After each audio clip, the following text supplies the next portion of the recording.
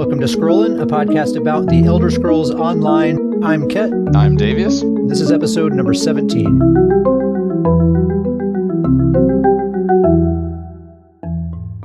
And today we have a special guest. So if you've done a fair amount of Battlegrounds, and you're probably very familiar with this player because you've likely seen their name on your death recap countless times.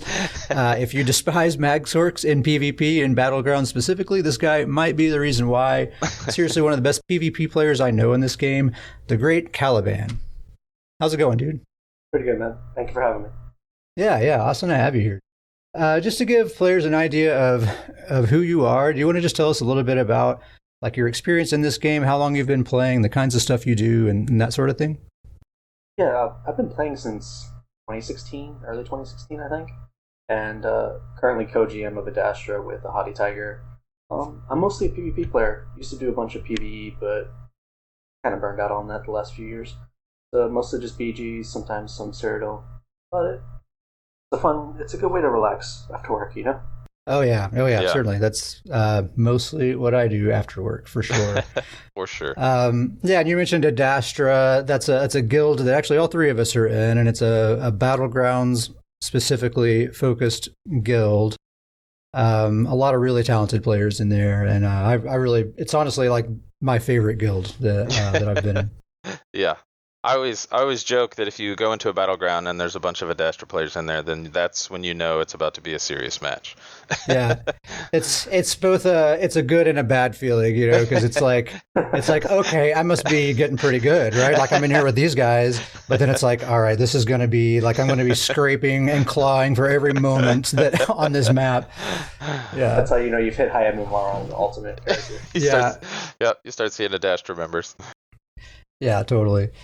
But yeah, it's a good guild, and I've mentioned in guild chat before that as far as PvP guilds go, I've always been so impressed with how just positive and non-toxic, and you guys really make an effort to keep that stuff out of there, and it's really cool. But it's not like over the top; like we still razz each other and talk shit and stuff. So yeah, it's a good balance. It's a good guild. That's been a fine line for us. Like we have to control hey, you can talk a little salt and stuff. You can't go so far as to you're actually insulting people. I think we've handled it well. Yeah. We've picked 4 people total in the year we've been around. Yeah, it's pretty good. It's really nice. And God help the people that get on Adastra's bad side when they're in Battlegrounds. Shout out to Clock Cycle. It's a brave thing to do for those poor souls. Yeah. Well, yeah, anyway, Caliban, awesome to have you here, man. I've been wanting to chat with you just about ESO for a while outside of just text chat in the game. And this being an episode where we're planning to talk quite a bit about Battlegrounds, I thought this is the perfect time to bring you on. So thanks again for being here, dude. Yeah, thanks, man. It's fun to be here. I definitely plan to be a better PvPer by the end of this episode, just by talking with you guys. Well, if you listen to some of the people who don't like me, I'm class carried, so you probably won't learn anything. That's the secret. Just play Magsork. Just play Magsork. Okay, so let's move on and talk about a few announcements. So, number one, the podcast Scrollin' is now on Spotify. So, if you'd like to listen to your podcast there, you can find it there. I'll put a link to that in the description, or you can just search for Scrollin' on Spotify. Remember, that's with an IN apostrophe at the end, no G, and it'll come right up there. Next announcement, we are so close to having our guild bank open. All right, so last episode we had 9 members, and we asked for that 10th member so that we could open our guild bank then. So we got that 10th member, and not moments later, someone dropped out of the guild, putting us right back down to 9. So we had a guild bank for less than 60 seconds. It was glorious. For 2 seconds. but no more. So we need one more. That's amazing. One more member of Stoons Goon. So just hit us up in game at Ketsparrowhawk, at Starjumper. We'll get you in there. We'll get you your free set of Stoons and all of that. So let's talk about the Gold Vendor a little bit here. As a reminder to anyone who doesn't know, the Gold Vendor appears at your faction's home base in Cyrodiil every weekend, and they have a random assortment of gold jewelry and monster sets that you can buy for alliance points or gold. So if you're like me and you have a ton of alliance points and you don't really do much with them at all, the Gold Vendor is a good opportunity to actually do something with that currency that's just sitting there. And this week's actually a really good week. So we got Trappings of Invigoration Necklace. This is one of my favorite sets. I'm using this set on my Stamina Templar right now, which unfortunately I just golded out her necklace last week. So, Perfect timing. Yeah, perfect timing. Spider Cultist Necklace is Greymoor's Birthright Necklace. That's the one that gives you 400 spell damage to your frost damage abilities. Sadly, there's not a lot of frost damage, options in the game. Queen's Elegance Necklace. This is the one that it used to just buff your light and heavy attacks, and now they changed it so that your light attacks decrease the cost of your next active ability by 10%. And then when you do a heavy attack, it increases your next direct damage attack by 2610. So it's like a sustain and damage set sort of hybrid situation. Now, I honestly think it's probably better than it was before, and it's probably flying under some people's radar. But I could see this being, it's basically Seducer as long as you're light attack weaving, and then you can line up a heavy attack to really juice up your burst combo. It could be good. Particularly good if you're using something that it procs multiple times on, like a 2610 flat amount, procs on each jabs or something like that.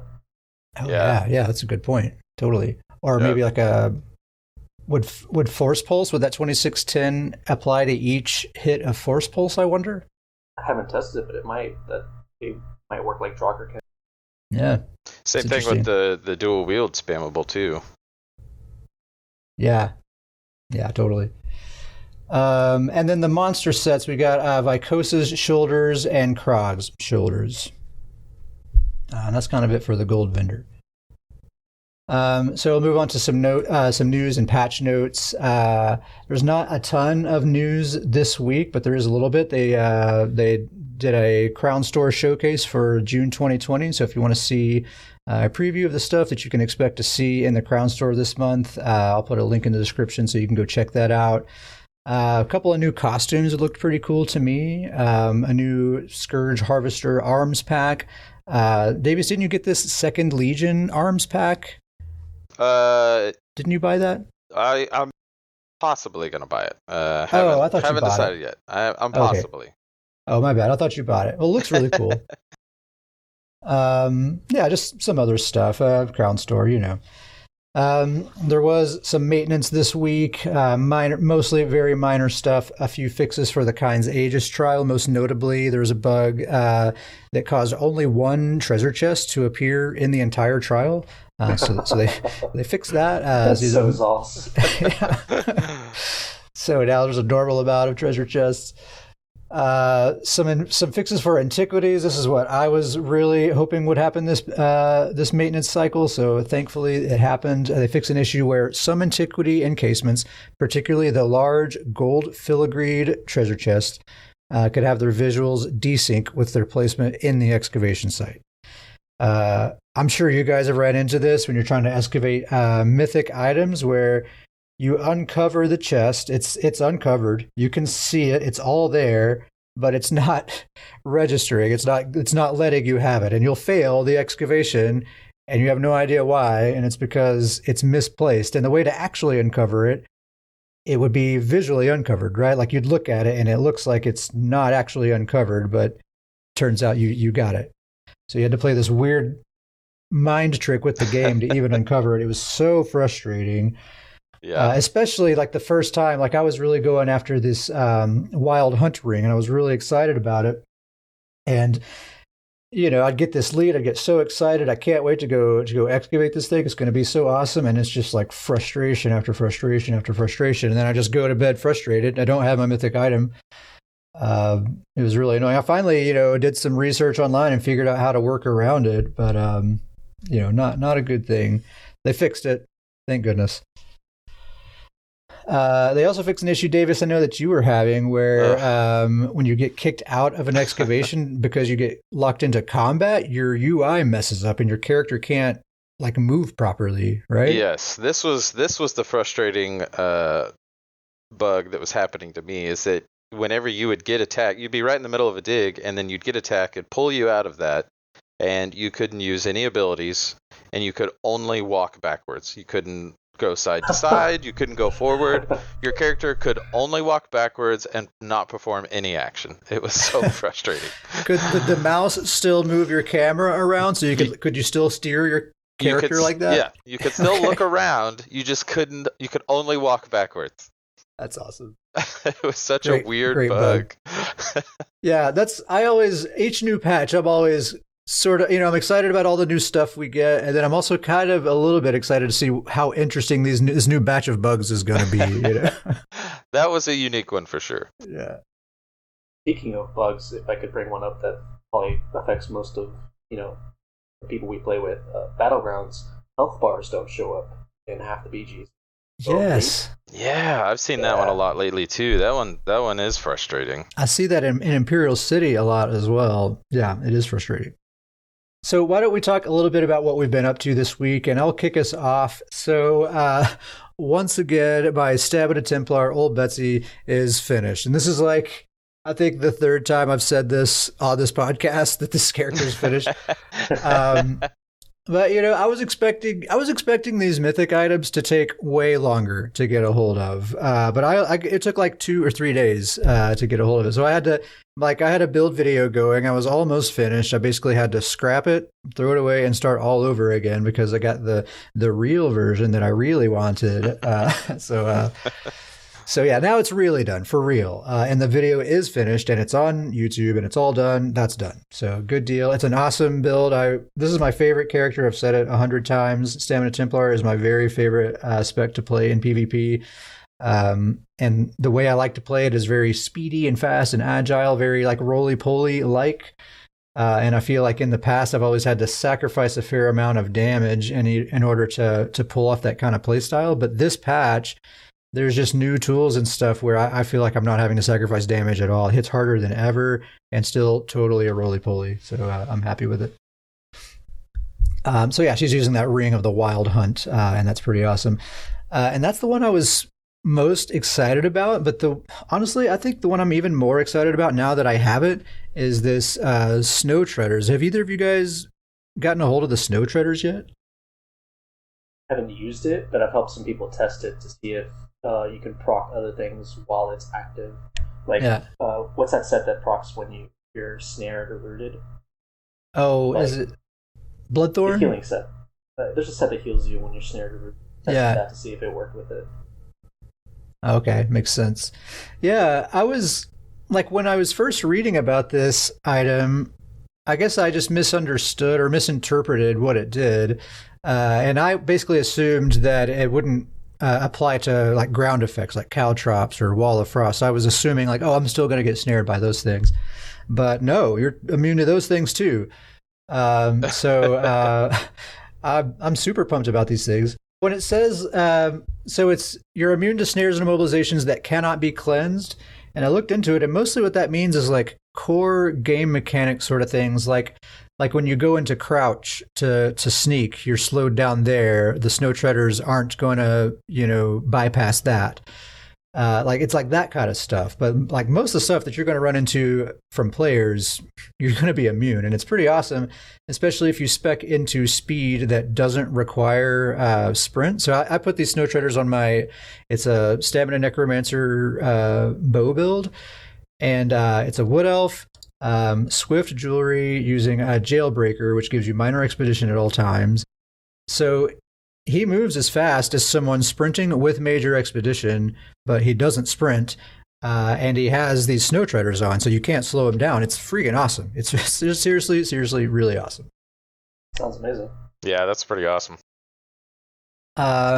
What else I've been doing this week? I did the Kind's Aegis trial just on normal, but it was really fun. I was surprised at how difficult it was. We actually wiped out a couple of mob bulls. Not that we weren't like an S tier group or anything like that, but it was fun and we got through it. I enjoyed it.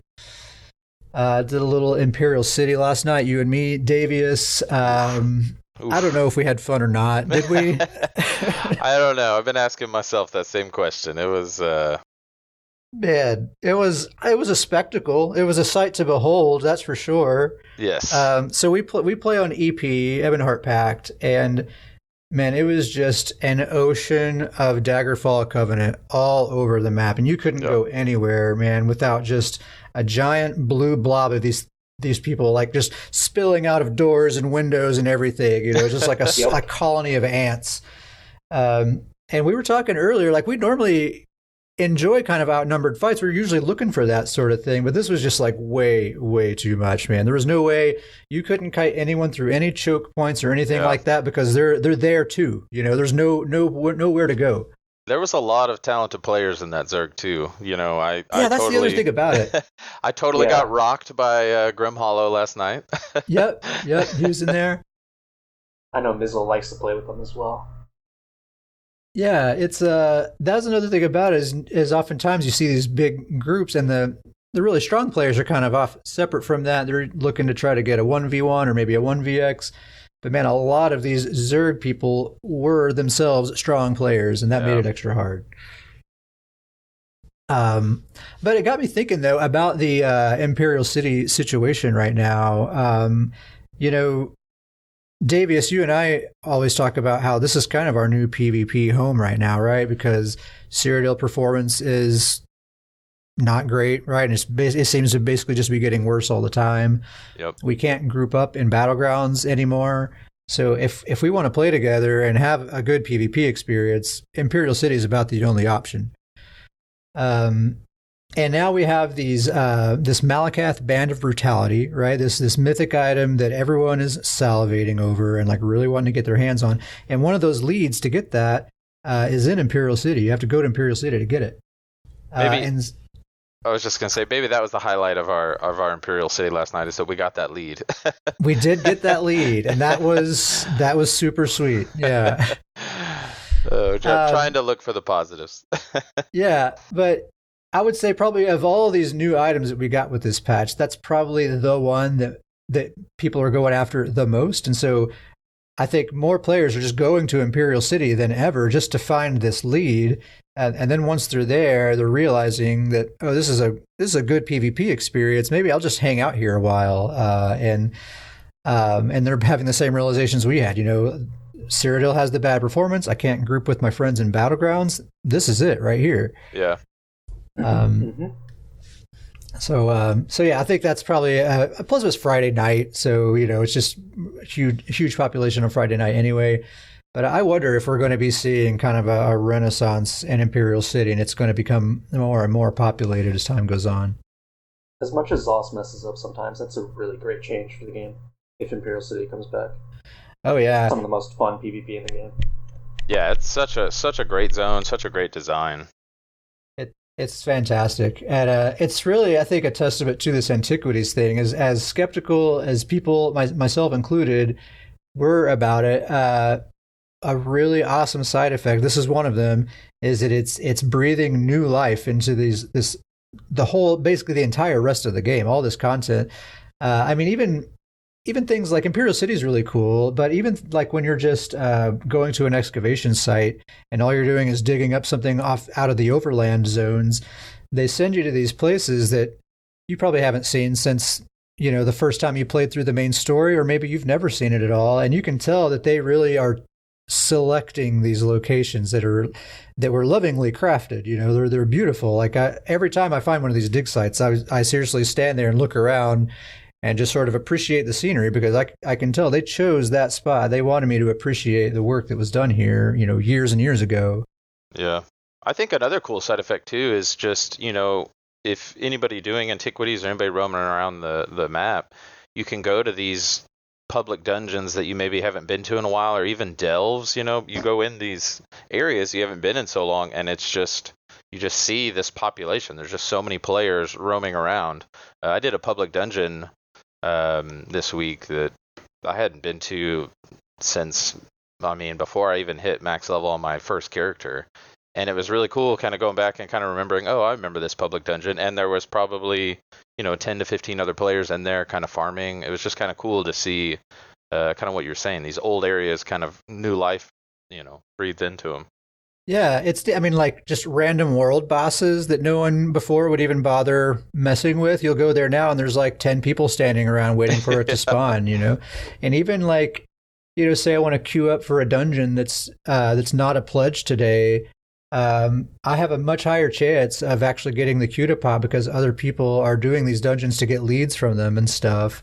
Just all around, there's just so many positive side effects from this Antiquities thing. I'm such a huge fan of it. Yeah, for a system that on its surface looked like a mobile game, mini game, it's really, really good. Yeah, exactly. That was the criticism. Is like, oh man, why are you putting a mobile game into ESO? Like, I want a new class, I want a new skill line, And I was kind of having those same sort of thoughts, but now that it's here and we're seeing the effects that it has, I'm a big fan. Much better than Sijic. Much better. Yeah. All right, so that's all I've been up to this past week. Davius, why don't you tell us what you've been up to, man? So like you said, we had a grind in Imperial City last night. That was unique. Humbling. Yeah, humbling. There you go. Mainly, most of my focus has shifted to my Stamsork build. Yeah. This is, you have joked all week, this is basically my new favorite character right now. This was kind of on a back burner build that I was working on, but I just kind of started tinkering. And Antiquities, I got the Torque of Tonal Constancy first, and I'm using that on this Stamsork build. And when I got that, I kind of went full into this build, and man, this has been such a fun character. Just kind of a reminder of the build. I'm doing Ancient Dragon Guard, and heavy for the armor, and then for the jewelry and weapons, I'm doing the Eternal Vigor set. And then, like I said, I have the Torque of Tonal Constancy, and then I'm doing a one piece of Swarm Mothers just to get the double max stats. But this build has been so much fun. I've done a whole bunch of battlegrounds this week. I've hopped into Imperial City a couple of times, and it's a what is it? A heavy armor dual wield? It's a heavy armor dual wield front bar, sword and shield back bar. Okay. And it is, man, I'm having so much fun. It's working out really well. Yeah. I love the concept of the build. Like everything is this 50-50 thing. Everything right? works. Everything works above 50 or below 50, all of it. Yeah, every armor set that you have, even the one-piece monster set, is this like half and half situation. Yes. I really like it. It's a very balance of yin and yang type of build. But yeah, it's been a lot of fun. It's been a successful build with testing it out. We kind of originally tested it out in Imperial City a couple weeks ago, but now that I've actually been able to go through, I can say the build is completely finished out, all the skills and everything. You got your Dawnbreaker. We got the Dawnbreaker, got the Morph. I've just had so much fun with this build. I mean, I have pretty much been playing on this character, solely just this character all week long. And just, like I said, just been having so much fun. Everyone remembers their first Stamsork, right? There you go. Hard to beat a Stamsork for fun. Really. Super fun. Just so much, mobility and all sorts of things. Kind of has all things. And we've had this conversation before, but I just kind of want to repeat it that, the on the topic of class identity, in the past, Stamsork has always kind of been the example of like, they lack class identity is what people always say. And, I think they've done some work to kind of improve that, but even if they haven't, I'm not sure. They have a distinct play style. They really do. No other class feels the way a Stamsork feels. Yeah. I think they're conflating class power with class identity. Class identity, Stamsork's got a ton of flavor. Yeah. It just doesn't have as much, it doesn't bring as much to the table as, say, like a Warden or a Necro. Yeah, certainly. Yeah. But yeah, so that is right now, that's probably my favorite character. If I'm on, that's the character I'm usually on right now. And then mainly the other stuff that I've been doing this week is just trying to get the guild hall set up, doing some housing, moving along with that project. I think You got our student shrine set up now, right? Student shrine is totally set up. Here we go. I knew we'd work it in somehow. I don't want to say it's completely done, but it's, I may tinker with it going forward, but for the most part, the exterior of the guild hall, I think, is pretty close to being done. It looks so nice in there, man. It's really amazing. Thanks. But yeah, just stamp sorking it up this week. That's pretty much all I've been doing. Stamp sort, sweet. Caliban, what have you been up to, man? Most people who play BGs know my mag sort, but I've been playing stamp sort lately myself, a bow build using the new, totally not broken Venomous Spite set, paired with a Zerblight Reaper and the new Asylum bow. Okay. What's the Asylum bow do? 7k pen to bow abilities after hitting them with Acid Spray or Bombard. Oh, wow. It's very, very strong. And with those proc sets, oh my gosh. If you pair that with, say, Razor Caltrops, which gives you Fracture and snares people for you, you can drop that on a group, hit them with an Acid Spray, and then basically everybody detonates from Reaper. Yeah. Literally everybody detonates.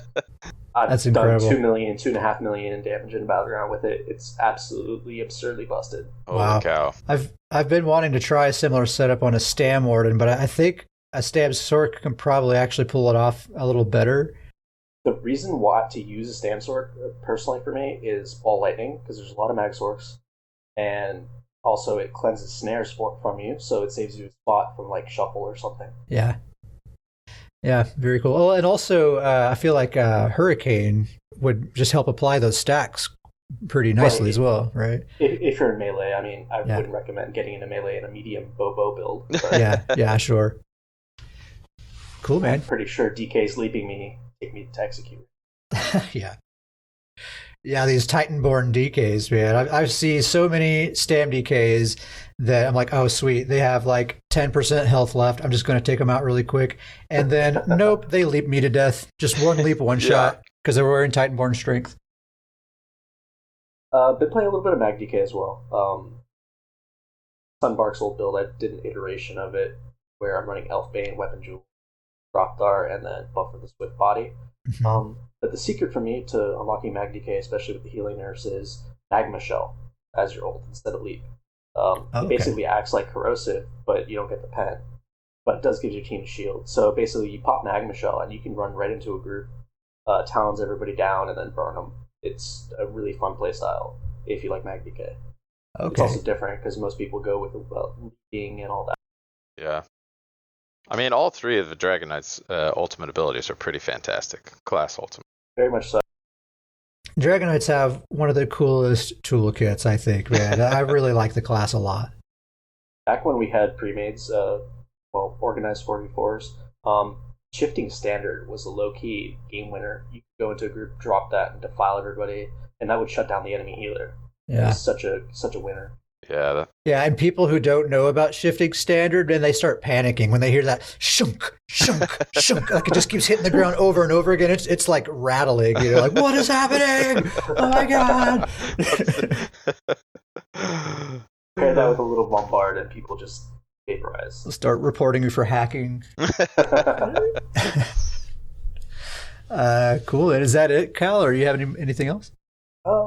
That's about it. I did a Vet Kinds Aegis, I say like a week ago. It's a very accessible trial. If you're not good at veteran content. Honestly, the trash pulls are much harder than the bosses. Okay. That was about it. Nice, dude. Very cool. Very cool. All right, man. Well, that is all we've been doing in the Elder Scrolls Online here lately. Why don't we take a quick break and we'll come back and talk about some battlegrounds.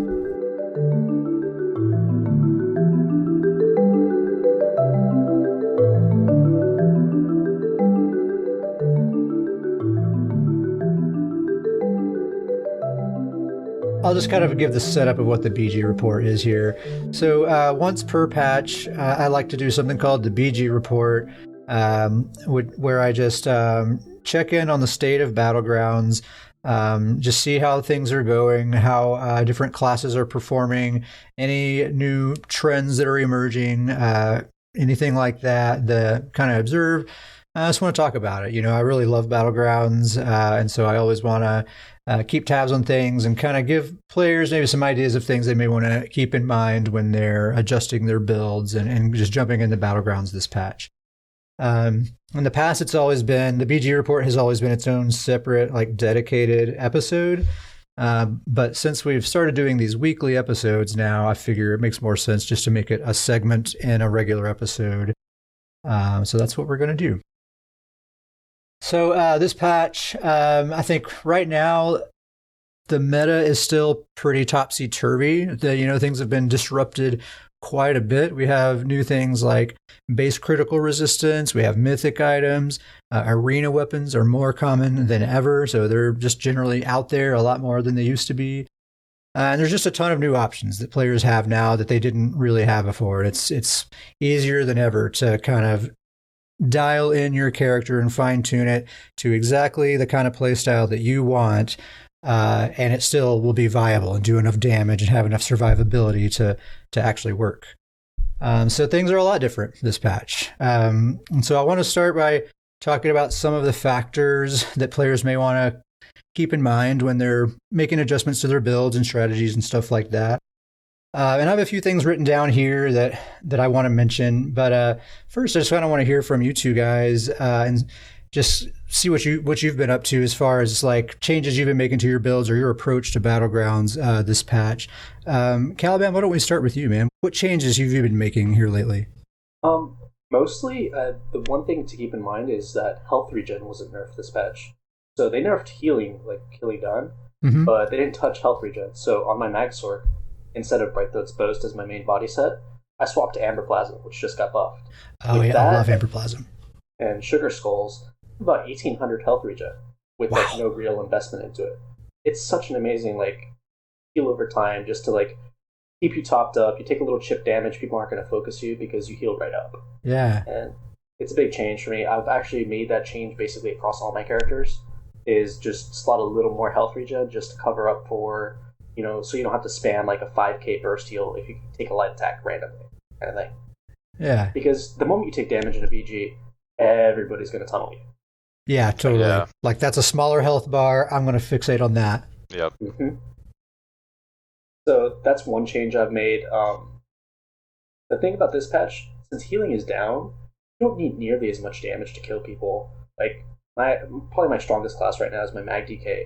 I don't have a single damage set on it, and I'm killing people in like 2 to 3 globals. It's not hard. So, I mean, you can still go like a max weapon damage, whatever build. Just don't expect to be able to like get into melee range and brawl for a while unless you're like really spec'd into it. Personally. Yeah, like the old days where BGs used to be like a 15-minute slugfest with everybody in a mosh pit. Those days are long. Oh yeah, damage is just too high now. You just can't do that. It's more of like a CS:GO situation. And just very much so. Yeah, and just a lot of bursts too. Burst is so much higher now. Take 10k from a single overload plus elemental weapon weave. Like, there's just no way to tank that, even if kept resists and all that. Yeah, totally. Cool, Davis. What have you been making any changes or kind of having any new tactics or strategies? Yeah, the main thing that I've been looking at is just, like you said, that base crit resist. So really, just kind of looking over all my builds with the full impin trait. I've been kind of researching with 5 impin and then changing usually my helm and shoulder piece to other traits that kind of fit with the build. I think this will probably still change going forward, but kind of what I've settled on is 5 impin and then 2 of some other trait, whatever kind of works better with the build, whether it's buffing stats or reducing the cost of block or well fitted, things like that. That's kind of the main focus that I've kind of gone through is looking through just the doors that are opened with having different traits. Yeah, totally. That's a lot of what I've been doing too, is kind of taking advantage of that base crit resist, and just basically, I'm just assuming that the amount of critical resistance that I've had up to this point is still enough, right? So I'm shooting for that same number and then investing whatever's left over that into something else. So, typically it's about 3 pieces M-Pin will get you to about the same amount of crit resist that you had with 7 M-Pin last patch. So I'm going 4 something else, 4 well-fitted on my stamina characters, 4 divines or something like that on my magicka characters. Has kind of been what I've been doing with traits. Well-fitted is very nice in Battlegrounds. Oh, yeah. Can't second that enough. Oh, yeah, totally. That wood elf with the snow treaders that I was talking about earlier, that's 4 well-fitted, that cannot be snared, that runs really fast. That's really, really cool. Bounces off the walls. Yeah.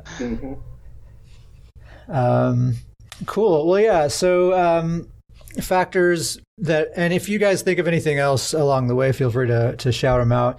But factors that I think players may want to be keeping in mind in Battlegrounds this patch is basically what we were just saying. Damage is way, way up.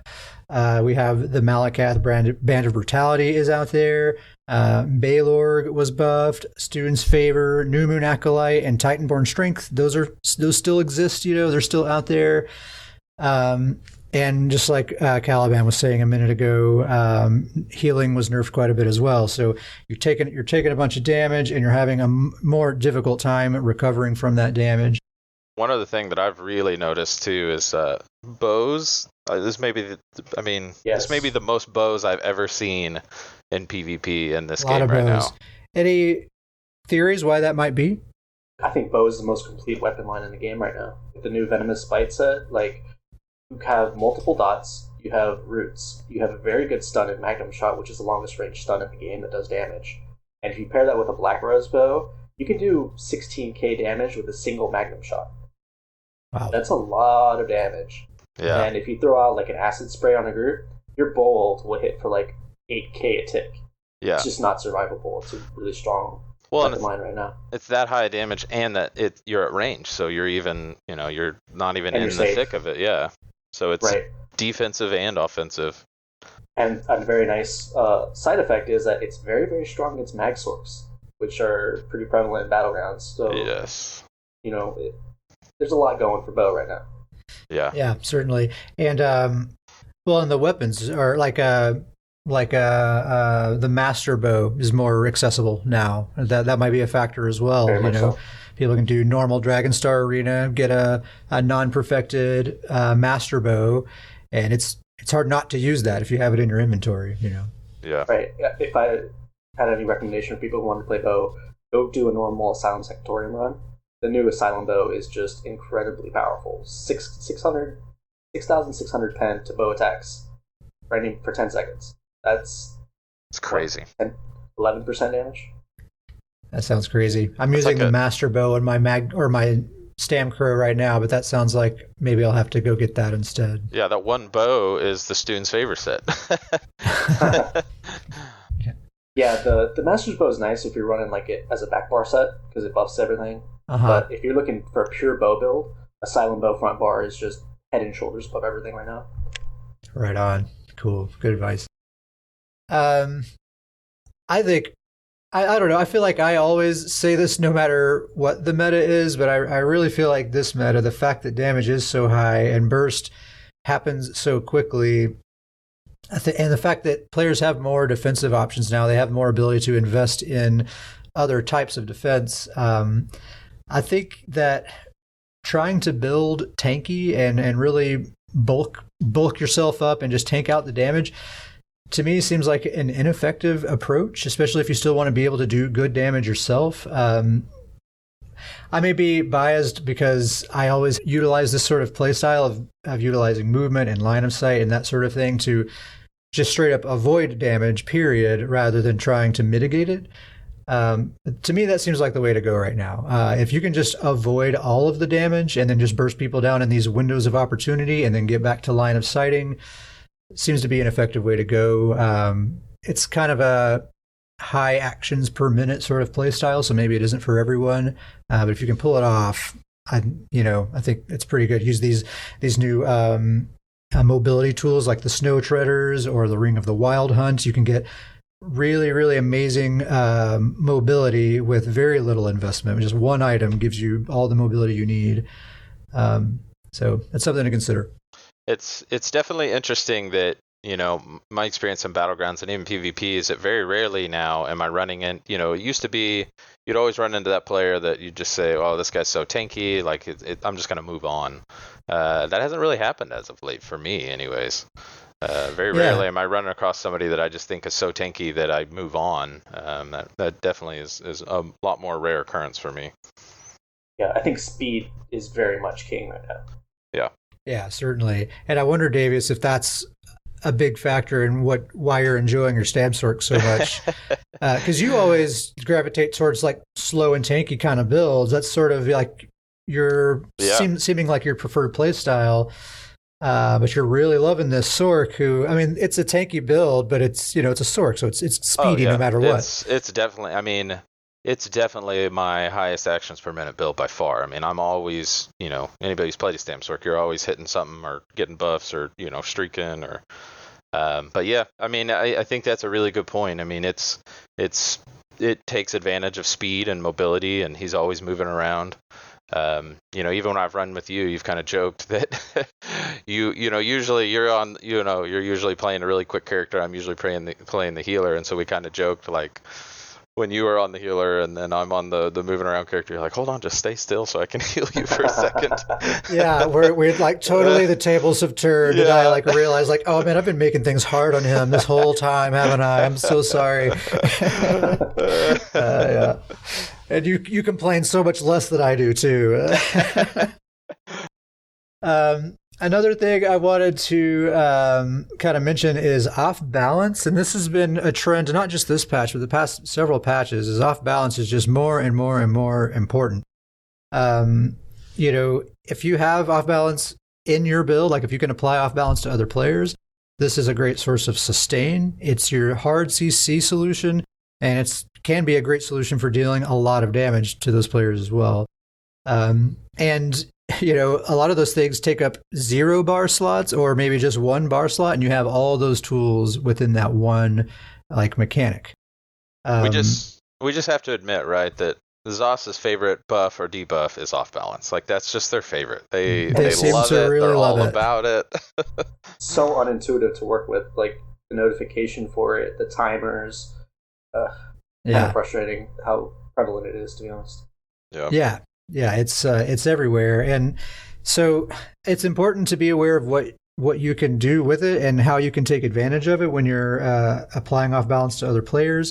It's also super important to be aware of when you yourself are off balance and take the appropriate action, because more than ever before, if you're off balance right now, you are in grave danger, and you are like 2 global cooldowns away from death, more than likely. Yeah.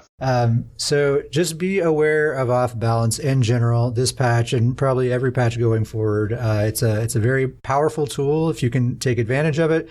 And it can really mess you up if you're not aware of it as well. Well, there's just more and more sets and abilities that are just gravitating towards it, you know, that all started with the dizzy swing. You know, they could never get dizzy the way they wanted it, and now it seems like they've got dizzy the way they want it, so they're adjusting everything else to fit their dizzy swing. Yeah. One thing I will say that I've noticed some people are not aware of, but if you set somebody off balance and they're blocking, you can still stun them through block with a medium weave. Oh, interesting. Yeah, it goes right through block. So cool. Good to know. All right. Any other sort of like general factors that you guys think players need to be keeping in mind this meta before we move on to this next sort of section here? If you're a mag tune and you're not healing your group in some way, you're a massive liability compared to a stam tune. Yeah. Like, backbar resto with radiating regen should just like come stamped on every single mag tune. It's such a game changer for just how much utility and like being able to keep your teammates up and topped up a little bit in Battlegrounds goes a long way to winning them, if you're interested in winning them. Yeah, and it's a surprisingly strong heal over time as well. The tooltip is identical to the old rapid regen, so it's a really strong heal. Yeah. Almost 2k per second, so... Yeah, that's literally on every single one of my Magicka builds has a resto staff with that ability on the back bar. The number of mag sorks I've seen who sit in the back of a group, spamming Fury, do no healing and then get run over and then complain about why they get run over is just unbelievable. Like, I've talked about this before on a Magsork, radiating regen with the power surge, that morph of surge is excellent, I think. It's a really, really excellent combo because, you got radiating regen ticking away on all of your allies. So you're getting, mad crits off of that stuff. And so your power surge is proccing on cooldown, and that's a pretty strong heal as well. So like those two abilities alone, I mean, you're going to have surge active at all times no matter what. Those two abilities alone are giving your team a really nice layer of support. And just passively, you're just fighting while those abilities are doing their thing. Yep, and they've got a long cooldown, so it's not like you're wasting a lot of globals on it. Very much so. Yeah, totally. Well, let's talk a little bit about, and you just kind of sort of led us into this, Caliban, stamina versus magicka and like medium and light armor builds versus heavy armor builds. What do we think? Do we think stamina seems to be dominating or magicka seems to be dominating? It seems like up to now, it seems like stamina has been pretty dominant. And I'm wondering if you guys are seeing if that's still the case or not or what. Why don't we start with Caliban?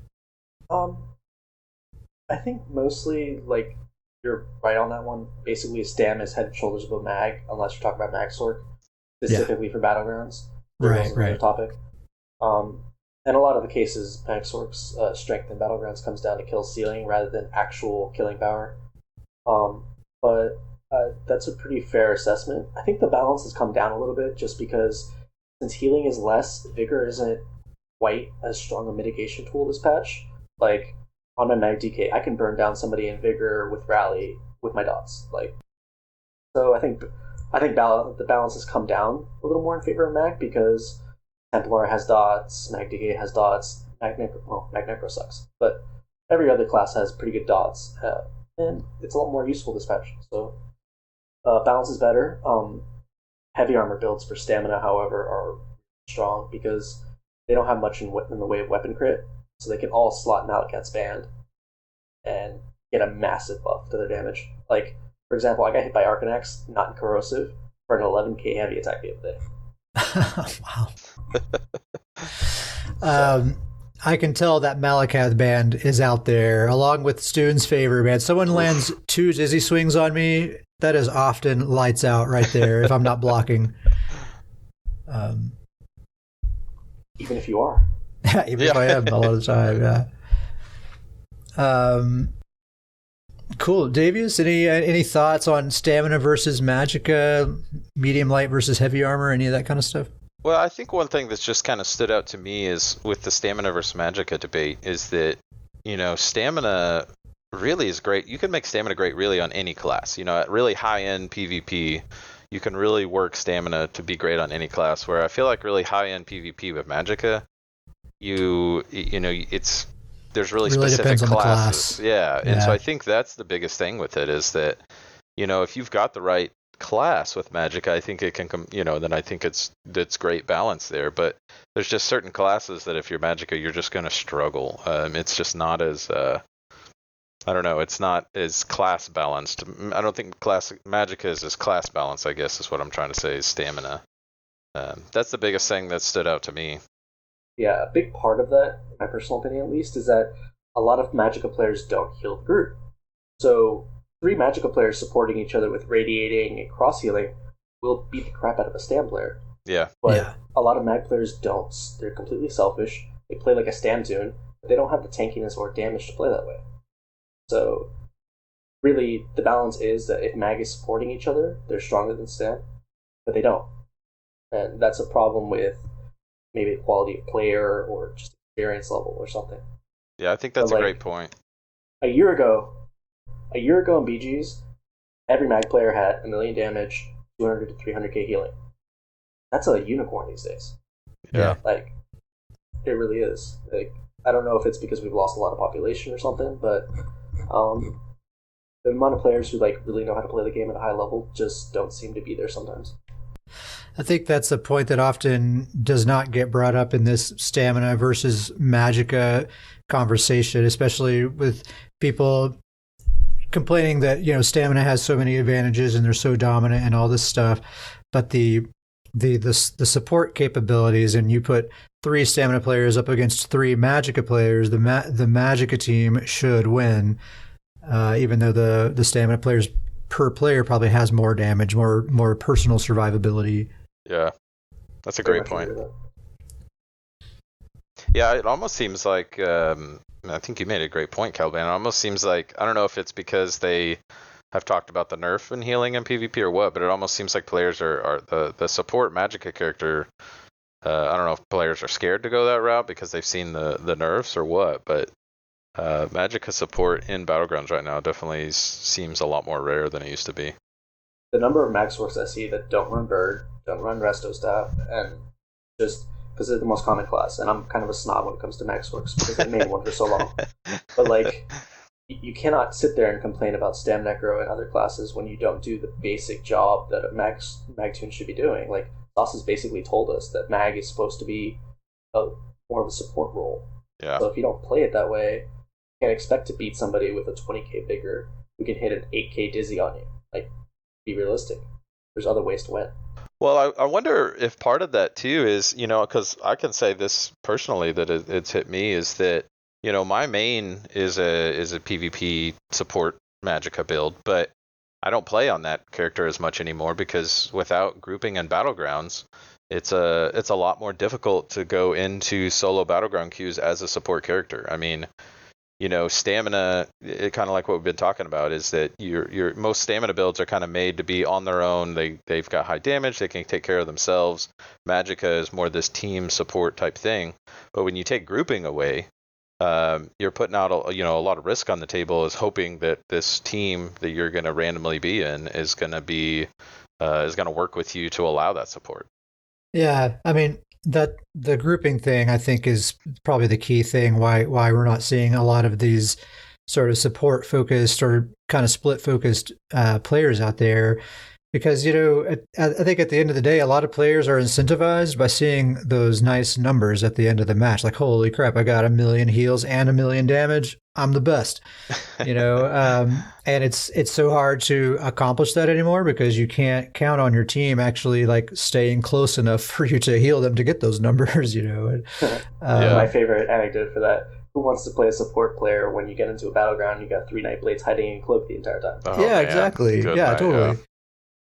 And I think along with this new patch, with what we've talked about with bow builds and things like that, I've seen more Nightblades than ever in Battlegrounds, it seems like. Nightblades are a lot stronger just because the less healing, the more viable ganking is. Yeah. So, yeah.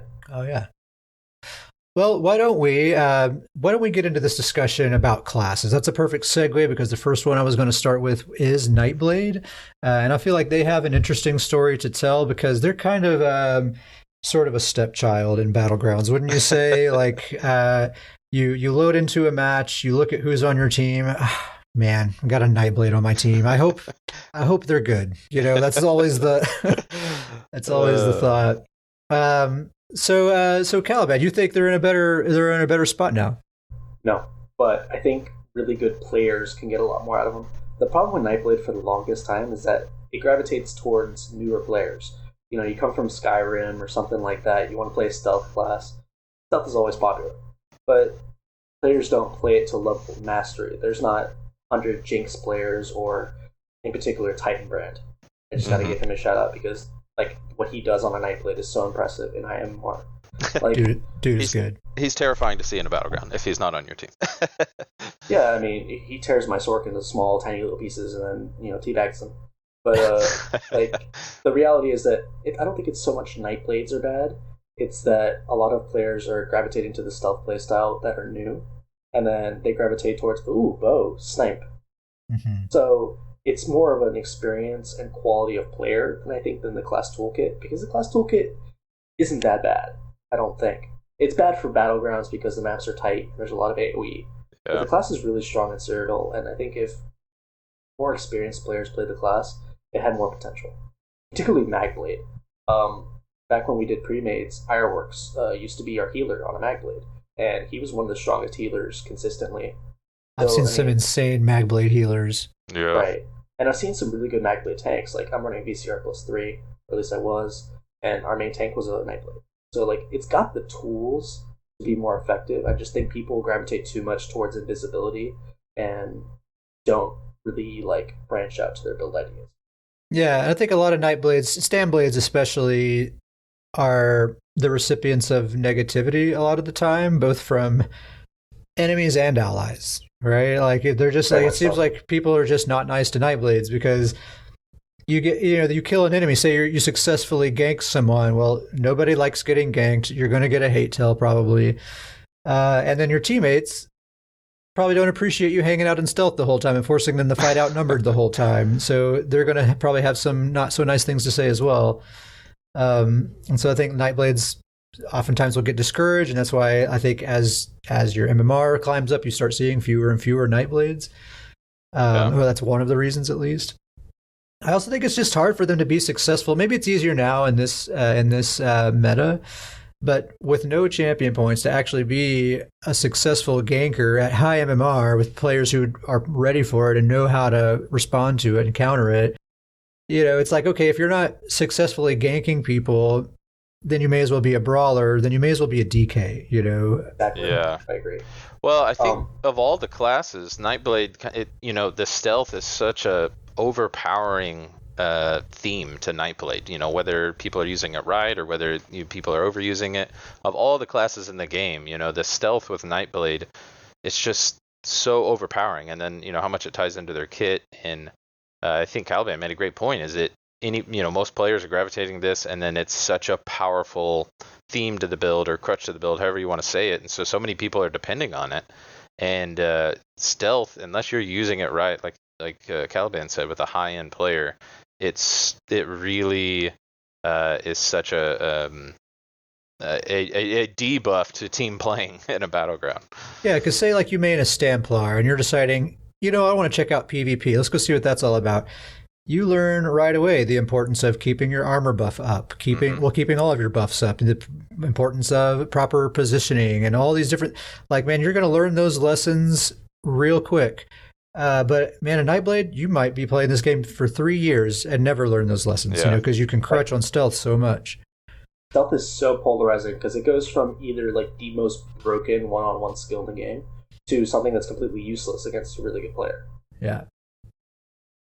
Yeah. Well, and it's huge too that we're talking about stealth and how big it is, and you like what you're saying, Kit. Their players are in battlegrounds and they're not getting deaths because of stealth, and so they'll go a long ways where they'll get some kills, they have low deaths, and so they think that they're doing really good. They think that, all right, this is a successful battleground when their team is losing because they're not doing enough damage or they're not playing helpful enough to the team. But they leave that battleground saying, that went great. I only had 2 deaths because I kept myself alive, and I got a couple kills, and it was just my team. They're saying my team is bad, but really what they're doing is that they're hurting their team because they're not in fights. To borrow an example from another game in Halo, say the time to kill is 1 second. If you have 3 targets, that time to kill is cut by 1/4. But if all 4 players are sharing damage, you're buffing how much relative damage you can take by 1/4. Yeah, exactly. The fact that Nightblades don't take damage for their team is a pretty significant handicap, especially in high MMR. Yes. Yeah, it's important in group PvP to remember the importance of rotating, and basically you need to take turns taking some of those hits, more or less. Yep. Yeah. Very much so. All right, I think we've talked about Nightblade quite enough. Anything else to say about Nightblade before we move on? So why don't we talk about Caliban's main, the Sorcerer. So always super duper popular in Battlegrounds. I can't imagine there ever being a patch that Sorcerer isn't super successful and super popular in Battlegrounds. Are sorcerers having to take different things into account or changing up their strategy, or is it still just spam Mage's Wrath and Streak all the time, or what's up there? I think, honestly, the loss of some of the higher level players, I don't know, when was the last time you saw Van Style or Dell or Trance or any other really good stand players in BGs has hurt BG diversity, because they knew how to fight mag source. They knew how to pressure them. They knew how to prevent getting their kills stolen and various other things. Right now, we have a lot of mediocre players, even in high MMR games, who are very susceptible to kill stealing and being third party by Sorks. Yeah. So I personally playing the class, like, you got to be able to adjust to how to fight Sorks. Like, they aren't that strong one-on-one. So find ways to get them one-on-one, and you can kill them pretty easily. Like, denying the pet heals. Like, you kill that matriarch, and the Sork's got to waste a global and a half resummoning it. Go stun them. They don't have a heal for 3-4 seconds. Yeah, it's just they're polarizing just because they get better the worse the opposition is. So when it comes to farming low MMR players, they're unquestioned kings. Right. They'll do it all day. Yeah, their effectiveness drops quite a bit at those high rank matches, and I find that like my sort of roly-poly kind of play style that I like quite a bit is pretty effective against Sorks because I just dodge most of their attacks. Yep. So that's a pretty good way to go about it. And we'll talk about wardens here in a second, but just the class warden is a pretty darn good counter to sorcerer as well. Yep. Shimmering is nobody ever hated Shimmering Shield. Yeah. Yeah. Davis, I mean, you've talked about your Stamsork quite a bit already, but you've been playing Stamsork. I don't know. I feel like, I guess maybe most of these class discussions, we're mostly talking about the Magicka variant, right? Because Stam across the board is in a very similar spot, although certain classes are better than others still. But, so I don't know. Did you have anything more you wanted to say about Stamsork since we're talking about Sorcerer right now? I mean, just how much I'm loving it. But I think the biggest thing with Stamsork that I think made it appealing to me is kind of like you said. I usually, my main is a magic character, but most of my characters are stamina characters, and the way that I usually play is kind of a tanky, not really on speed, and so the Stamsork really, to me, among most other classes, it's a great class to get if you're not used to playing a mobile quick, a lot of actions per minute. It was a great segue for me as a character to kind of get to that more style. Is that character, my Stamsork is kind of tanky. It does wear heavy armor, but I might even change that going forward just because, when you have an ability like Streak on a stamina character, it just allows you to be so much more mobile. And it really kind of, for me anyways, it highlighted the mobility playstyle and the advantages and what that can do for you with a build. And I think that classic just Stamsork, hit and run, spin to win sort of playstyle, just it's right at home in Battlegrounds, I think. Yes. I always have very good success with my Stamsork in Battlegrounds. The unblockable streak stun is kind of nice. It's not kind of nice too. Yeah, totally. And for people who complain about mag source, that's the one point I emphatically agree with. Streak being an unblockable, undodgeable stun is just hilariously overtuned. Yes. As somebody who's been using it and loving it, I would not be sad to see it be nerfed. It's just too powerful right now. How many times do I see the little meteor circle at my feet? And I know it's a sorcerer that I'm fighting, and so I don't even try to block because I know it's coming,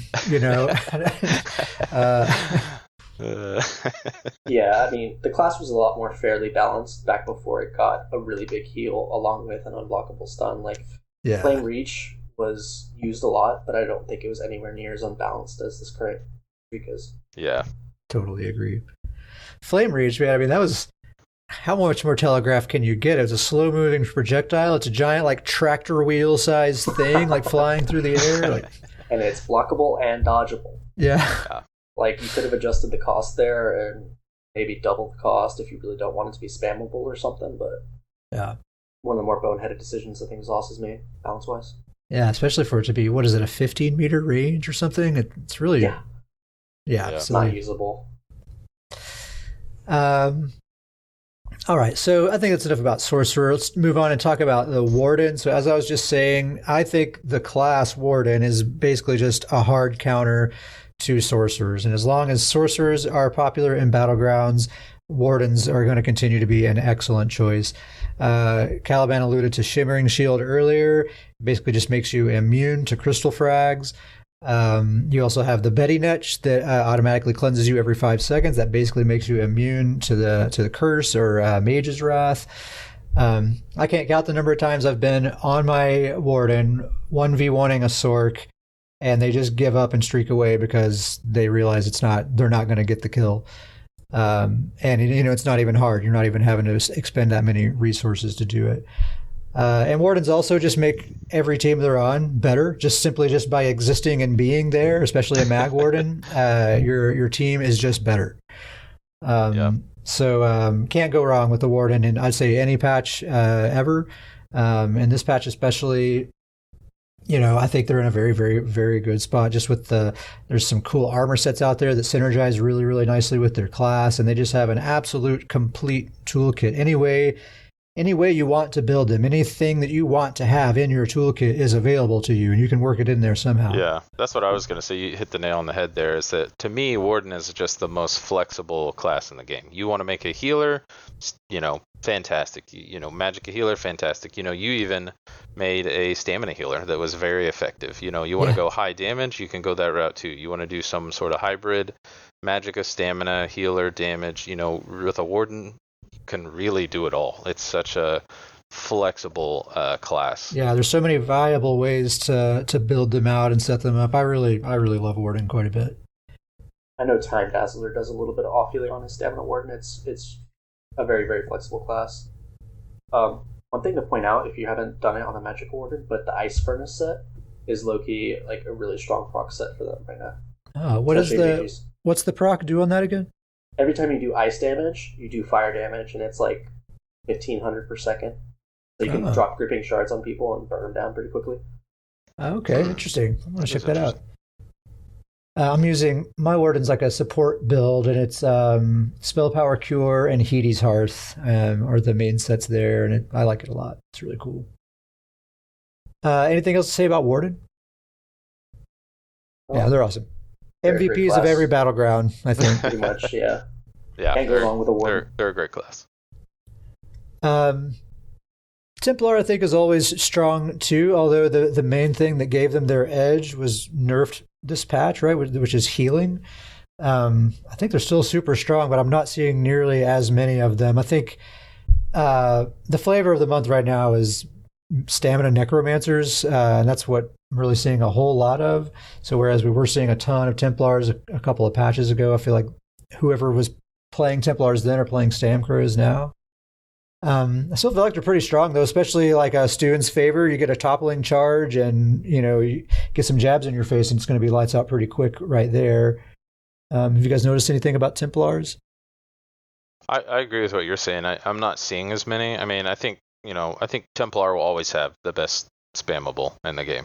Jabs is just unbelievable, but I am seeing a lot less of them, and it probably is due to the fact that their biggest part was that they had such great heals, team and self heals, and with the healing kind of going down, I have seen a lot less of them, and they don't seem to be as prevalent as they were. I feel like cleansing is less important than it has been in the past as well. Not at all. I think there's a lot less Magplars. I think Stamplars are just really, really good right now. Like, if you take a player like Odin, PK, he's a streamer. Like, his Stamplar is just really good. It gives group support, like Purifies. Because that new Venomous Spite set is cleansable. Oh, okay. And it's on every battleground. So it's everywhere. Really want it. So yeah, Magplar really is in a good spot right now. I know Hadi doesn't want to play his main Magplar anymore because his heals feel weak. But Stamplar is in a really good spot. Yeah, my Stamplar feels really good right now for sure. Yeah, I mean, I feel like no one's ever mad to see a Templar in the group. Certainly not. For sure that they're going to be able to put out some decent damage, and you're definitely going to be getting at least some healing from them. Like, they can't not heal almost. Yeah. Exactly. Yeah. Let's talk about Dragon Knights. So I know that Stamina Dragon Knights are incredibly tough right now. I mean, they slap on that Band of Brutality and just start swinging their greatsword around, and it's just like a wrecking ball, man. There's like not much you can do against it. I know, Caliban, you've been playing some MagDK here lately, right? MagDK is my main alt. It has been for a while. Oh, okay, all right. Basically my adjustments this patch has been to build a little more tanky. I'm running Elfbane and Buffer the Swift and Groflar. But instead of Leap, I've been using Magma Shell. So Magma Shell limits your incoming damage to 3% of your health. So it's only 200 ult. You pop that, and with Elfbane, it actually lasts 18 seconds. Wow. You basically have an 18-second window where you can do whatever you want. Oh, I didn't realize Elfbane applied to that ultimate. Wow. Because it's a fire damage over time effect. Okay. So literally you get 18 seconds of near immunity to damage. Wow. You can run into groups, talons them with Burning Talons, run engulfing, and you're applying massive pressure, like really incredible pressure, and it's in a good spot. Like, you are good with Heal Whip, you can keep yourself up through pretty much anything while that effect is up. Do you gain ultimate while you're in that magma form? Yep. So if you kill 2 or 3 people with it, you basically can perma Magma Shell. Wow. That's a really cool combo. Yeah. My comments on Magicka Dragonite, I think, are similar to most patches. They don't seem super popular. Not saying they're not good. I think they're a very powerful, super awesome class, but they just don't seem like a popular choice. And I think it's basically for the same reason that Sorcerer is such a popular choice, right? Like MagDKs just don't get a ton of killing blows. There's a lot of matches where you might get like 5 kills, 0 deaths, but like 24 assists, and so people they don't like seeing that number as much as they like seeing those killing blow numbers. I love MagDK, but I just don't see a lot of them out there. And the other problem with MagDK is speed. Like, unless you're using Race Against Time constantly, they are a slow class, and speed is king in Battlegrounds. Yeah, that's a great point. I always look at Dragonite as it's definitely not the best class, but it is one of the most fun classes. Their toolkit is just so much fun to use. It's you say they're not the best class. Yeah, you say they're not the best class, and like I would say that sometimes too. And then I match up against like a good MagDK, yeah. And it's the most oppressive experience. Like people that just know that class and know how to work them. Man, it's like it's demoralizing. They just grind you down into the ground. You're just like trying to claw your way up a muddy hill, and you're never getting there. And as much as it matters, it's literally the coolest class in game. You can't beat Breathing Fire or Lava Whip. Come on. Yeah, all of their abilities are so cool. Their toolkit is just so much absolutely fun. The coolest class for sure. All right, and the last one we have here is the Necromancer. I saved this one for last on purpose because I feel like there's a little bit to dig into here. Yep. Stamina Necromancers, right? Ugh. Am I right? They're everywhere.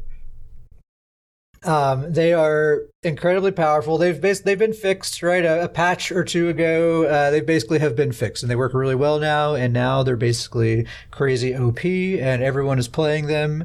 And if you're not a Stamina Necromancer, you might have a difficult time fighting all the Stamina Necromancers that are out there. It'd be remiss not to mention their brokenness in one particular aspect. Ghost, the self buff that gives 10% mitigation. That skill actually acts like a regular pet on a Sorc or a Warden. It actually prevents abilities from being fired because it acts like it prevents targeting on the Stamina Necro. So it's an incredibly frustrating bug. I don't know if it's been spoken about much. Yeah, I've noticed that, but I haven't seen many people talk about it. Also, I mean, the fact that they have Major Defile that they can just put on you anytime they want. It's attached to this big AoE blast that takes half your health bar away.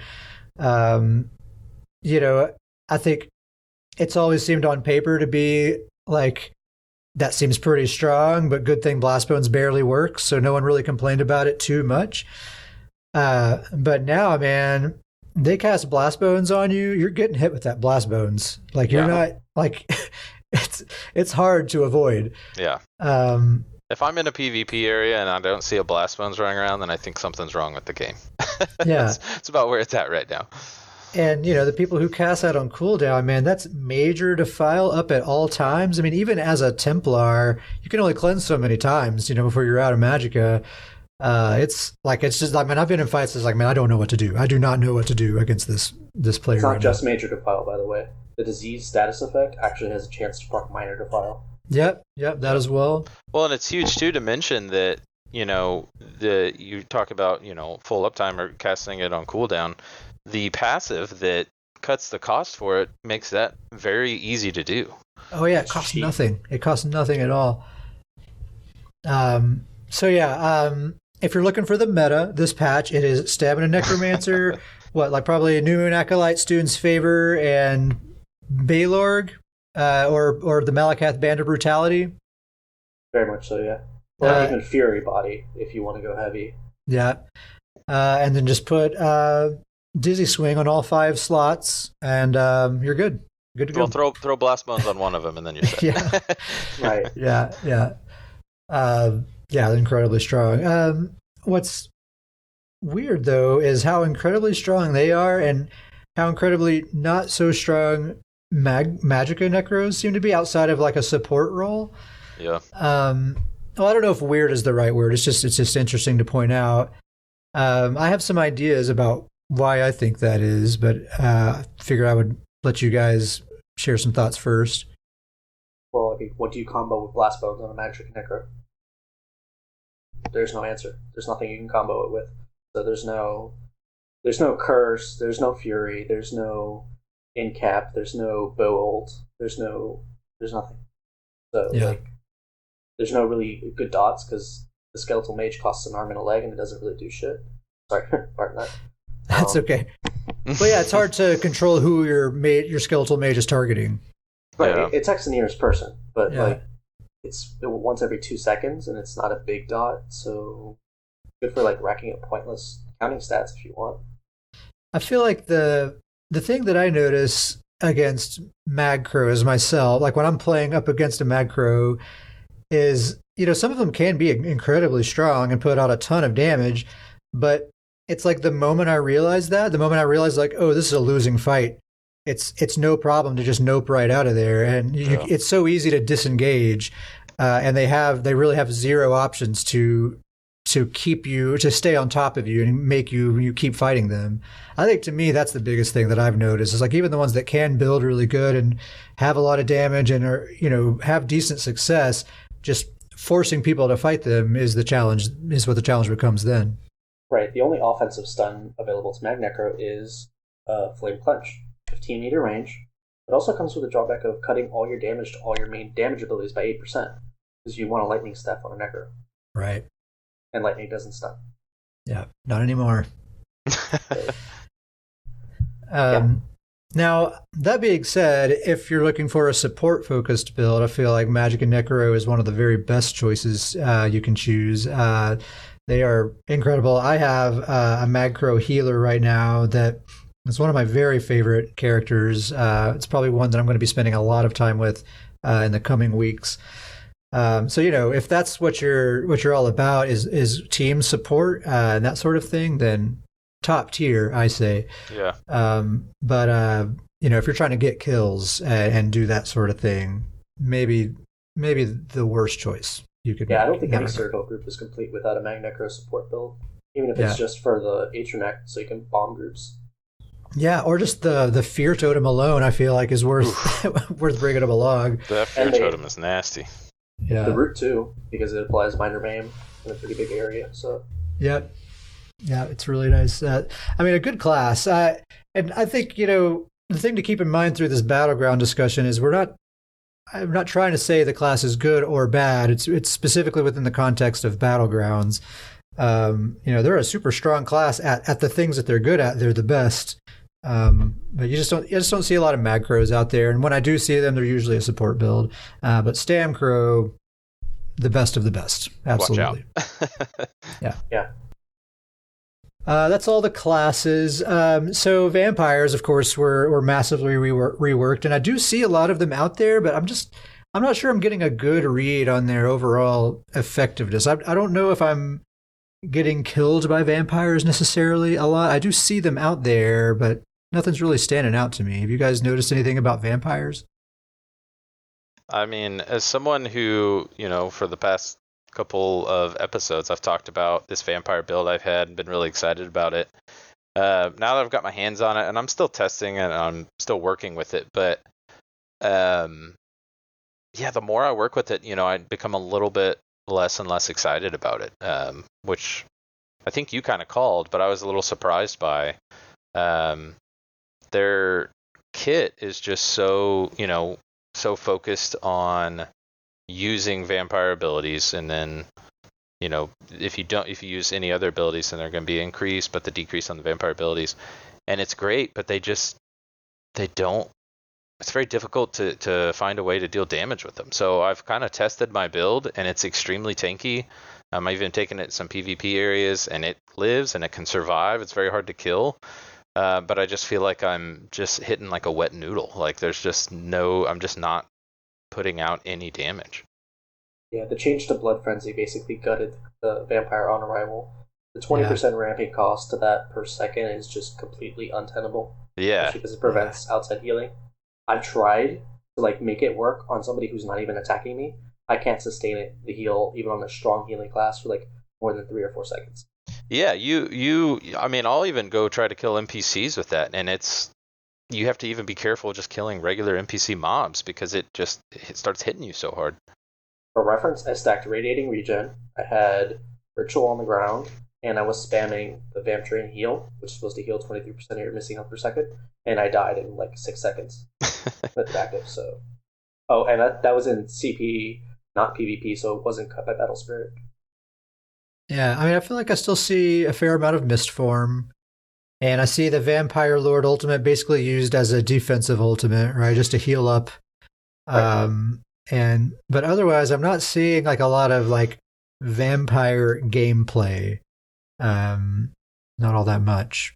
There's a couple reasons for that. Mist Form is inferior to Race Against Time, and why would you bother with Vamp Form at all when you can run more health regen, which didn't get nerfed, which is more valuable than anything you get from Vampire. Yeah, I think that's a huge point, is what you had, all the points you've made, Caliban, about health regen, and that vampires just eliminate that. And with the nerf to healing is just kind of a double negative for them right now. Right, way too much. Yeah, so Battlegrounds in general just seems like way too volatile an environment for a vampire, all the AoE that you're typically dealing with, and just a lot of high concentration of players in a given area. And my idea of what a vampire is now is this sort of paper cannon sort of thing. You need to get in, basically gank someone, and then disappear like a Nightblade. And in Battlegrounds, just like we were talking about with Nightblades, that sort of playstyle is just difficult to pull off. Well, and the problem with vampires is kind of what I was saying, is that that's kind of the playstyle they push for. But I mean, maybe it's just me, but it's really difficult to try to deal high damage with them. Even if you kick on all their damage abilities, you're killing yourself as quickly as you're killing somebody else. The one place where I say I think Vampire is really good and has a lot of potential is with Magblade, because one of the Vampire passives is 300 spell damage after you get out of Cloak. Yeah. Or Stealth. So you can run that on stage 1 on a Vamp Blade and basically get a free 300 spell damage, which is pretty massive buff. Yeah. Basically no downside. I think it's the one class where Vampire really, really shines. Yeah, that could really up your gank potential there for sure. Or even just as a brawler, because remember, Swallow Soul scales off how much damage you do. So with more damage, you heal for more. Yeah, certainly. The other thing I'll say about Vampire 2 is that I wish that Scion was a little more unique from Bone Goliath. I feel like that they're kind of very similar. They kind of, like you said, Ket. You really kind of use it as a defensive ultimate. They have one just like the Bone Goliath where you can do an AoE damage while it's up, and then the other one just kind of makes you more tanky. Yeah, it was looking like for a while there, I was thinking oh, okay, it's kind of like a werewolf. It looks like the whole idea here is to try to stay in that Vampire Lord form, right, all the time. But I'm not really seeing that happen. They made a mistake with that, because there's only one ult per class. Bat Swarm used to be a really niche skill, but it was really good for people who built it. You could put that on a Templar, and it gave you a lot of healing and the ability to stick in the fights. A copy of Goliath form does not. Yeah, that's kind of the thing for me, is I wish it would be a little bit more different from the Goliath form. I think you can get it to be a little bit lower cost, but it's kind of not quite as good as a Goliath form. All the negatives that come with Vampire, I feel like would be solved if it was tuned in a way where, the Vampire Lord morph where you get rid of all the negative aspects of vampirism, right? It's like stage 5 vampire. Like if you can make a build where you can just like live in that form indefinitely, kind of like how a werewolf works, I feel like we would see a lot of that. Right, but disabling ult gen while in that big mistake. Yeah, certainly. Yeah, that was so on my vampire originally was going to go for the stage 5 Scion, but I went away from that because while it's great to have your health regen back, it's only when you're in that ultimate form. As soon as you lose it, you go back, and when you're in that form, you don't really need the health regen because your health is buffed up real bunch. You heal when you do damage, and so the health regen in that stage didn't really help a whole lot because my health's usually fine when I'm in that stage. It's out of that stage that you lose all the health regen again. It just really wasn't that beneficial. Yeah. So I mean, really, that morph really all it's doing is giving your health regen back, and you're not taking as much flame damage. Right. I think they made a mistake because it's a Skyrim chapter, so they had to sell the Vampire Lord form with it, for nostalgia and all that. Yeah. I think they made some artistic choices that just don't fit with the gameplay of the game at all. Yeah, certainly.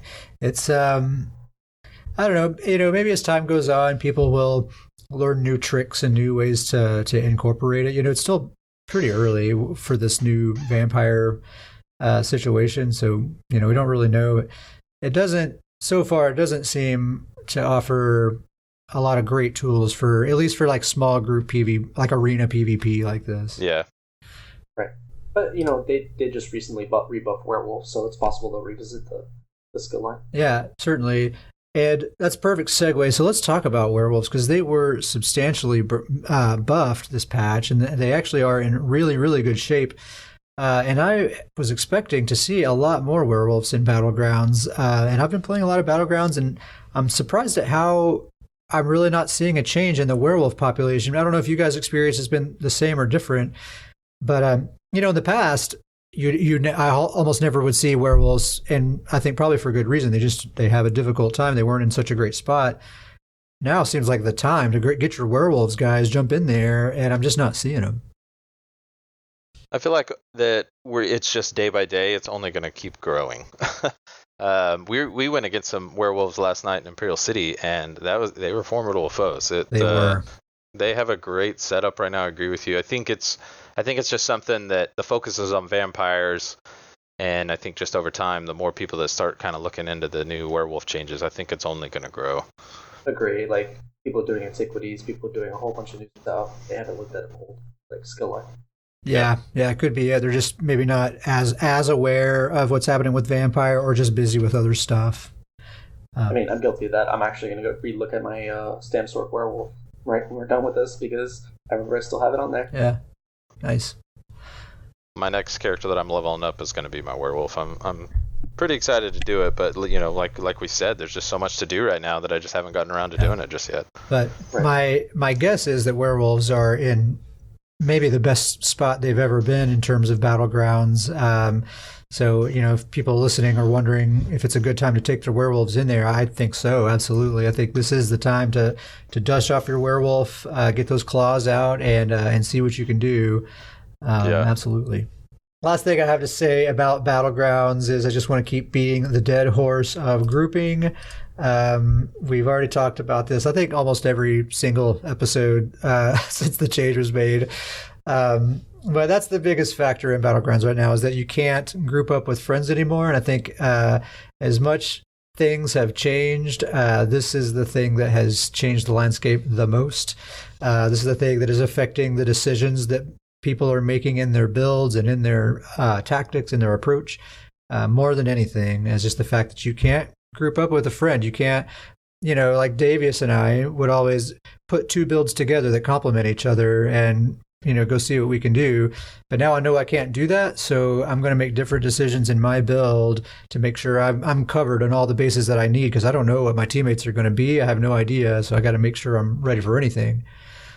Yeah.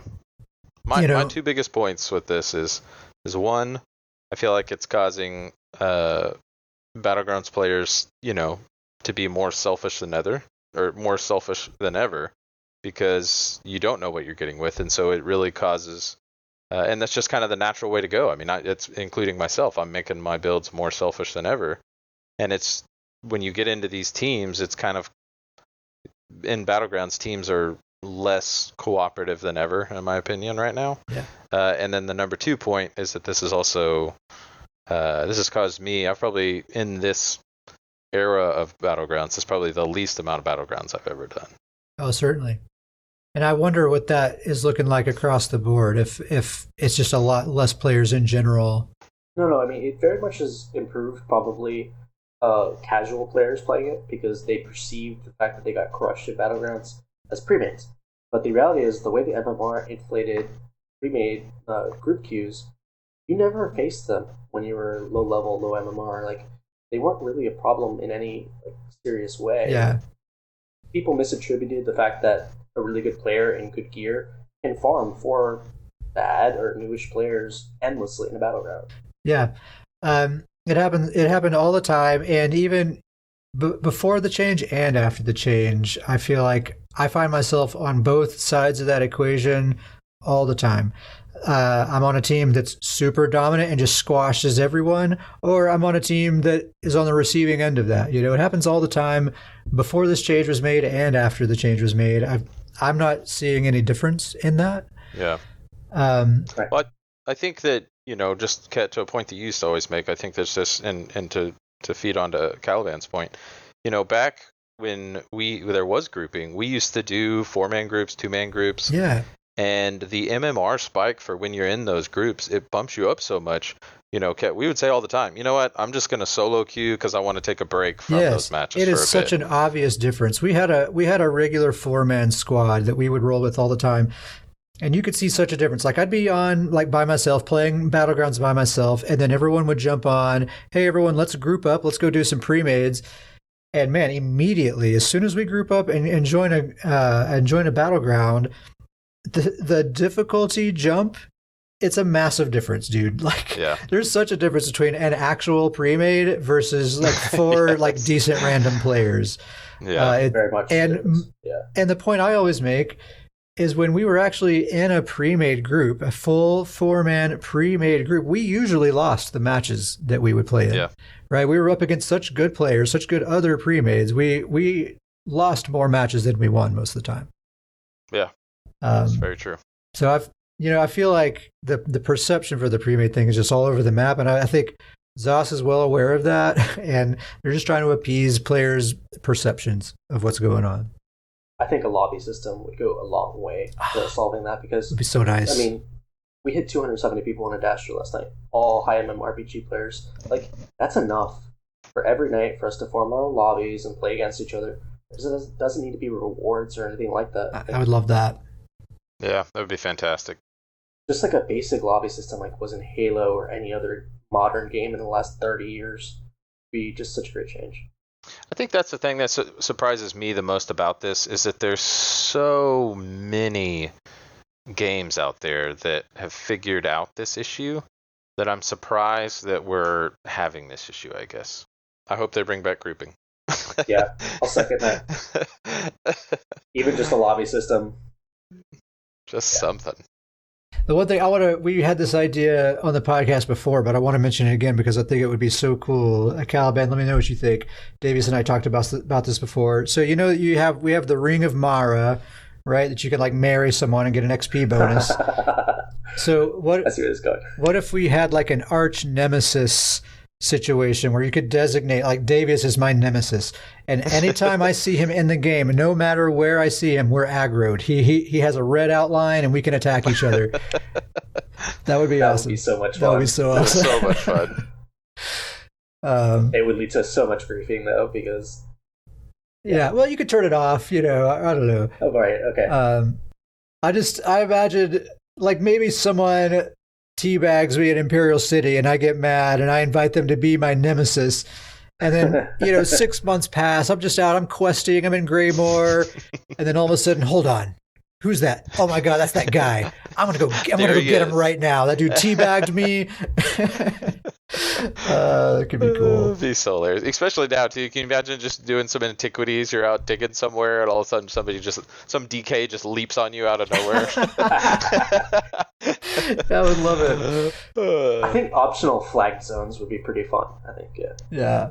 like where you could basically flag yourself for PvP in like Overland or something. Yeah, we've also cool. Me and Ket have also talked about that if in housing, if you could just turn on like a full-on brawl mode, so everybody in the house can just start going at it. Even better for the solution to group queues is basically form teams and then group dueling would be sweet. Yeah. So many cool things. Houses have what, 20 something people limit? Yeah. I mean, perfect. Yeah. Yeah. Have a few spectators even. Mm-hmm. Alrighty. So we're just about to the end here. There's a couple of shout outs I want to have here. So we got another real email from a real listener. Can you believe it? We're a real podcast now. It's like 2 weeks in a row, or 3 maybe even. We're getting emails. So this is from Brad, and he says, with ESO having so much content, how should players who can only dedicate about 8 to 10 hours a week approach the game and actually progress? He says, I'm a 29-year-old, married, and have 2 awesome kids. ESO is one of my favorite games of all time, but I feel like it's so hard to accomplish the goals I have for the game with the time that I have to play. Thanks and stay safe. I would say the biggest thing is, I don't know where Brad's at in the game, but I personally loved my way that I kind of started with ESO. Is I think it's fantastic if you're starting out or you're real early on. Just stick to PvE. Stick to building up gear sets, building up supplies, learning mechanics, learning class abilities. Skill abilities, skill bars, things like that. And then once you kind of, there's so much content and there's so much fun with PvE. And then kind of once you get to the point where you're, I don't know, feeling like you've accomplished PvE or you feel good about it or you feel like you're repeating some things, I feel like that's the best time to kind of open the doors into PvP because it's kind of this whole new side of the game. And if you've done PvP enough, then it really, you kind of know enough, you have enough experience with characters and abilities and things like that, that you can just switch to PvP, and then you've got all those gear sets and you've got the items to put builds together and go down that road. I do agree with you. One thing I will add on to that is there's been an influx of a lot of really good crafted sets. So if you want a PvP and you're not very experienced, crafted sets like Julianos or Newman Acolyte, and there's no CP PvP. Battlegrounds are no CP. There's an Imperial City that's no CP. Cyrodiil as well. So, I mean, it's accessible if you're willing to put in a little bit of time to like understanding what you need in a build. And crafted gear sets work just as well as dropped ones. Yeah, that's a great point. If you want to just start and go straight into PvP, if you get some gold and with the crafted sets and some overland sets, then you're set. I mean, I know players like myself who basically craft starter set or used to back when I was part of a PvE guild that craft starter sets for free for people. So there's usually a crafter or two in any guild that'll do that for you. Yeah, I also think it's good to keep in mind that it's a game that never ends, and there's not really an end goal that you're ever really trying to get to. And for me, I've had several different sort of phases in this game, and it's become like 3 or 4 different games to me over time. When I first started playing, I was just questing. I wanted more Skyrim content, basically, is what I was after, and I was just exploring the map, doing quests, and I wasn't even really aware of the other things you could do in this game for the longest time. And so that's all I did. And then I eventually kind of sort of became aware of doing like dungeons and undaunted pledges. So I started getting into that, and I was just kind of zeroed in and focused on only that for quite a while. And that was enough for me to keep having fun and keep coming back day after day. Eventually I got my fill of that and started dipping my toe into PvP and just different things. It seems like every time I get to a point where I feel like, I've played plenty of this game. I know what this game is all about. Something else happens or some other aspect of the game hooks me, and then that's what I'm interested in now. And so like now I hardly ever do undaunted pledges unless I need to for some reason. But that's something that I have a lot of experience in the past. I know all about that. And if I ever need to go back to it, I can. But for now, I have these new things that I'm interested in. So you can kind of, you don't have to try to juggle all these different things at once. You can just kind of focus all your attention on this 1 or 2 things that you're interested in right now, get your fill of it, move on to another aspect later. That's probably a good way to go. And I will say the perception of progression in this game doesn't really exist. Like, other than the level cap, there's not really like an end state where you've got everything and you're done. So Yeah, totally. So yeah, I would say just don't even worry about it too much and just log in, do whatever I think seems appealing to you in that moment, and go on with it. Yeah, thanks for writing in, Brad. Appreciate it, man. If anyone wants to write us, you can write scrollinpodcast@gmail.com. That's scrolling with an I-N, scrollinpodcast@gmail.com. If you have any questions or just things you want to say, you have a joke you want to tell, anything like that, or a correction, maybe we're factually incorrect about something we've said on the podcast today. If you want to politely correct that, go right ahead. I'd also like to give another shout out to our guild member Grizzly Khan for hooking us up with the sweet furnishing items so we can make our Stoons shrine in the guild hall. So that is there. It exists. Grizzly hooked us up with those things. It's really nice of him. Thank you so much, dude. I think we're about at the end here. Davius, if people would like to get a hold of you, how can they do that? Just send me something in game. It's at Starjumper. We're usually on. Just reach out anytime about anything. Questions, invite to the guild. If you want to go down to Imperial City. Sweet. And Caliban, if people would like to get a hold of you, ask any questions, is there some way they can do that? Yeah, if you want to apply to Dastra, we take most people. Just don't leave an empty application. We are listed. We are the largest BG guild in NA, and through guild chat, I'm always available pretty much. I'm working from home, so not much else to do. Yeah, and so that's the guild name is Adastra, Adastra. Really awesome guild. It's seriously my favorite guild. Really cool people in there. And like I said earlier, if you're looking for a really good PvP guild with some super talented players that really is minimal on the toxicity, really great guild to be a part of. Yeah. I have to echo all that. It's a fantastic PvP guild, one of my favorite guilds as well, and just a wealth of really talented PvP players in there. Yeah. If you'd like to get a hold of me, you can hit me up in-game at KetSparrowHawk. Reminder that the music is available on SoundCloud as well, so I'll put a link to that in the description, and I think that is the end of the show. Thank you very much for listening.